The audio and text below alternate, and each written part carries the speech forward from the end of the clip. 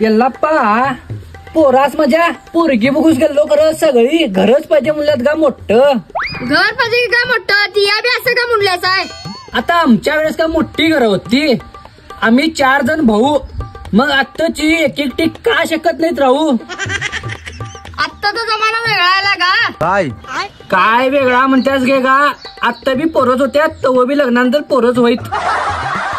ते हाय का खरं खरं प्रायव्हसी का काय ते नको का आत्ताच्या पोरांना.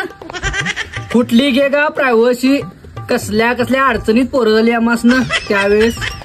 आता रात्री आम्ही कसं झोपे मी आणि माझी बायकोच लागून थोरली वहिनीच लागून थोरला भाऊ आणि त्याच लागून धाकटा भाऊ आणि त्याच लागून त्याची बायको अशी ऍडजस्टमेंट करूची लागे. माझी बी ऍडजस्टमेंट अशीच होती का तर आत्ताच्या पोरांना ऍडजस्टमेंट जमा नाही. अगं आत्ताची घरं बांधवल्यात बेडरूमातच बाथरूम आणि त्याच लागून ह्यांचं हंतरून.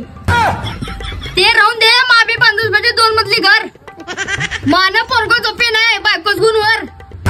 काय बी म्हणेल लप्पा आधीच्या घरासनं घर पण होतं माणसासनं माणसांची ओढ होती. आता माणसासनच माणसांची किरकिर वाटते आणि आधीसारखं कुठे घरात शांती वाटते. आता घरं झाली सेपरेट आणि पैशांपेक्षा माणसांचेच वाढल्यात रेट. एकदम मनातलं बोलल्यास बघा जातो आता कामा पडल्यात घरात. ठीक आहे घे मान्य भेटवा संध्याकाळी.